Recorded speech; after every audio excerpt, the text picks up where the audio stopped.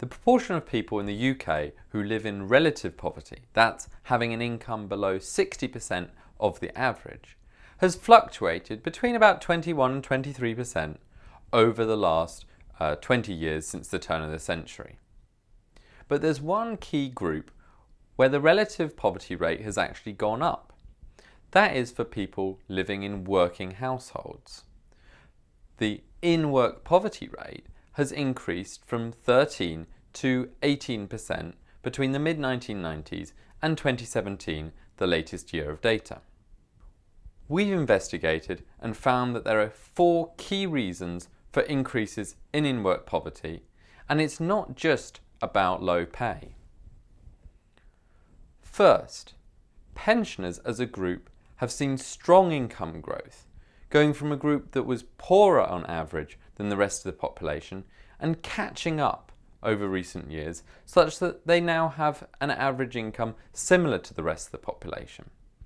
What this has done is increased median income, which brings up the relative poverty line. And therefore, even without changes to the working age population's income, it means that more of those working age people fall below the relative poverty line. Second, there have been big falls in the levels of household worklessness, those households where no adult is in paid work, driven by the huge increases in employment that we've seen. These have occurred particularly for the types of households that tend to have low earnings, such as lone parents.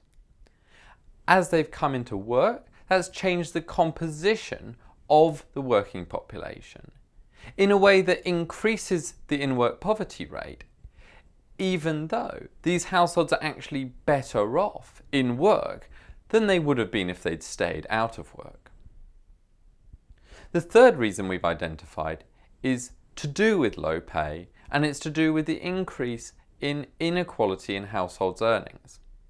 Over the last 25 years, earnings have grown more in real terms for higher earning households than they have for lower earning households. And what this has done, this increase in inequality between the different groups, has led to higher rates of in-work poverty. Fourth, a really important driver has been high cost of housing that has grown in particular for poorer households.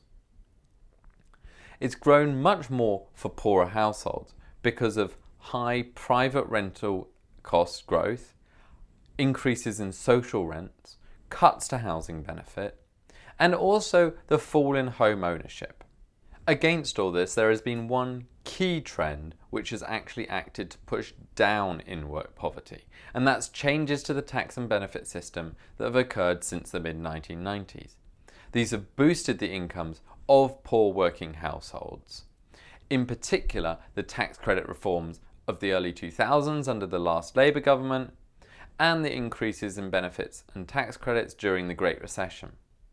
Having said that, this has gone into a partial reverse since 2010, in which cuts to benefit and tax credit entitlements have actually acted to push up in-work poverty since then.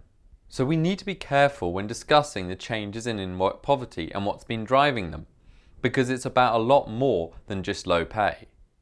It's about higher housing cost growth for low-income households. It's about reductions in benefits and tax credits since 2010. But it's also about growing pensioner incomes and higher levels of employment and lower levels of household worklessness, driven by the highest levels of employment that we've ever seen.